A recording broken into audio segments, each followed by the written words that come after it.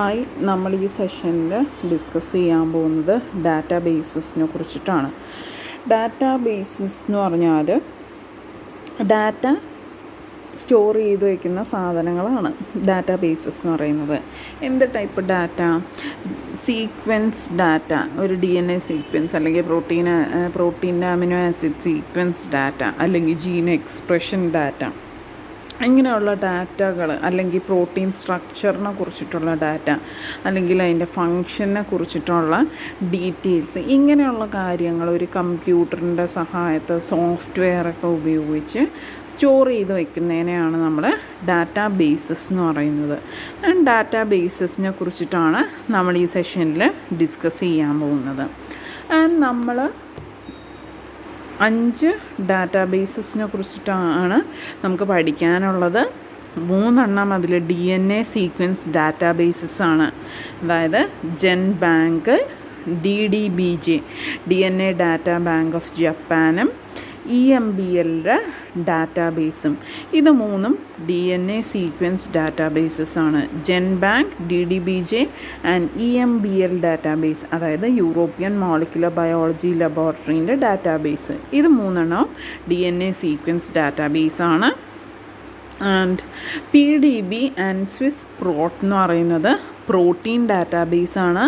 അതിൽ Swiss പ്രോട്ടിൽ protein സീക്വൻസിനെ കുറിച്ചിട്ടുള്ള ഡാറ്റയാണുള്ളത്. And PDBയിൽ protein സ്ട്രക്ചറിനെ കുറിച്ചിട്ടുള്ള ഡീറ്റെയിൽസ് ആണ് ഉള്ളത്. അപ്പം 3 DNA സീക്വൻസ് ഡാറ്റാബേസസ് ആണ്.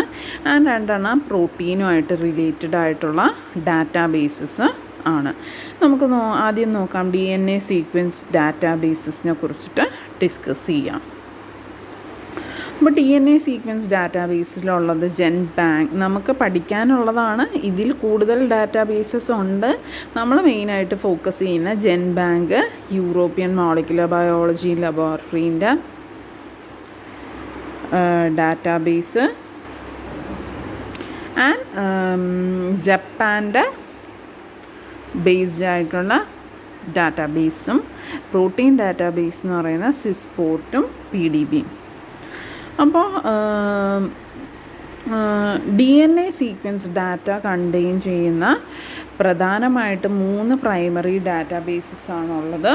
ജെൻബാങ്ക്, EMBLയുടെ ഡാറ്റാബേസ്, അല്ലെങ്കിൽ EMBL ബാങ്ക് എന്നും അതിനെ പറയും. And DNA data bank of Japan, DDBJ.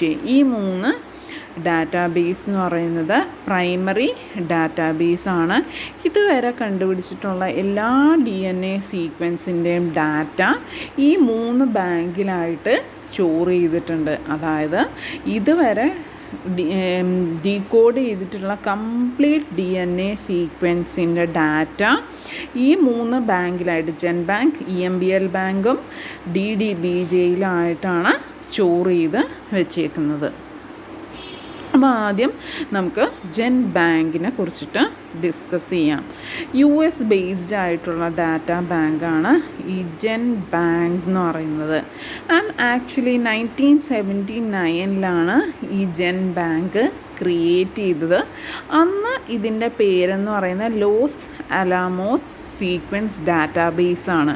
And ഈ Los Alamos sequence database create ചെയ്തത് ലോസ് അലാമോസ് നാഷണൽ ലബോറട്ടറി ആണ്. ആൻഡ് 1982 ആയപ്പോഴാണ് ഇതിനെ ജെൻബാങ്ക്ന്ന് റീനെയിം ചെയ്തത്. ആൻഡ് 1982 ആയപ്പോഴത്തേക്കും ഇതൊരു പബ്ലിക് ഡാറ്റാബേസായി. ഈ ജെൻബാങ്ക് ഇപ്പം മെയിൻറ്റെയിൻ ചെയ്യുന്നത് US നാഷണൽ ഇൻസ്റ്റിറ്റ്യൂട്ട് ഓഫ് ഹെൽത്തിൻ്റെ കീഴിൽ വരുന്ന നാഷണൽ ലൈബ്രറി ഓഫ് മെഡിസിൻ NLMൻ്റെ കീഴിലുള്ള NCBI എന്നുള്ള ഒരു ഡിവിഷൻ്റെ കീഴിലാണ് ഈ ജെൻബാങ്ക് മെയിൻറ്റെയിൻ ചെയ്യുന്നത്. അതായത് US-ൻ്റെ നാഷണൽ ഇൻസ്റ്റിറ്റ്യൂട്ട് ഓഫ് ഹെൽത്തിൻ്റെ കീഴിൽ വരുന്ന നാഷണൽ ലൈബ്രറി ഓഫ് മെഡിസിൻ്റെ സബ് ഡിവിഷനായിട്ടുള്ള national centre for biotechnology information NCBIൻ്റെ കീഴിലാണ് ഇപ്പോൾ ജെൻബാങ്ക് മെയിൻറ്റെയിൻ ചെയ്യുന്നത്. ആൻഡ് ജെൻബാങ്ക് NCBI ആണ് ഇപ്പോൾ മെയിൻറ്റെയിൻ ചെയ്ത് ഡിസ്ട്രിബ്യൂട്ട് ചെയ്യുന്നത്. ആൻഡ് 1993 ആയപ്പോഴത്തേക്കും ജൻ ബാങ്കിലോട്ട് ഡയറക്റ്റ് ഈ സീക്വൻസ് സബ്മിറ്റ് ചെയ്യാനുള്ള സബ്മിഷൻസ് അക്സെപ്റ്റ് ചെയ്യാൻ സ്റ്റാർട്ട് ചെയ്തു. ആൻഡ് ഈ ഒരു ജൻ ബാങ്ക് ക്രിയേറ്റ് ചെയ്തതിന് ശേഷം എല്ലാ 18 months കൂടുമ്പോഴും ഇതിൻ്റെ സൈസ് ഇൻക്രീസ് ചെയ്തുകൊണ്ടിരിക്കും. അത്രത്തോളം DNA സീക്വൻസ് ഡാറ്റയാണ് നമ്മുടെ ചുറ്റും ഉള്ള സയൻറ്റിഫിക് ഇൻസ്റ്റിറ്റ്യൂട്ട്സിലൊക്കെ ഡീകോഡ് ചെയ്തുകൊണ്ട് ഇരിക്കുന്നത്. അപ്പോൾ ഓരോ 18 monthsലും ഈ ജൻ ബാങ്കിൻ്റെ സൈസ് ഇൻക്രീസ് ചെയ്തുകൊണ്ടിരിക്കും. ആൻഡ് യൂഷ്വലി ഈ ജൻ ബാങ്കിൽ ഡാറ്റാസ് എവിടെ നിന്നൊക്കെയാണ് കളക്ട് ചെയ്യുന്നത്?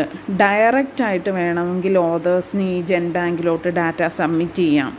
ഇല്ലെങ്കിൽ എക്സ്പ്രസ്ഡ് സീക്വൻസ് ടാഗിൻ്റെ ബൾക്കായിട്ട് സബ്മിറ്റ് ചെയ്യാം.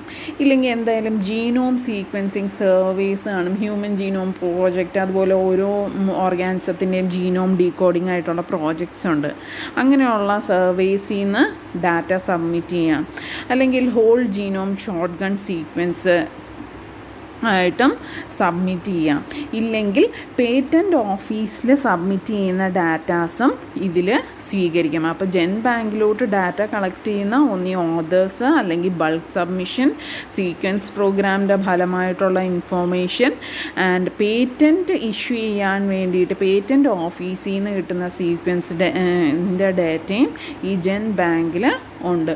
ആൻഡ് ജൻ ബാങ്ക് സൈറ്റിൻ്റെ അഡ്രസ്സാണ് ഇത്. NCBI ആണത്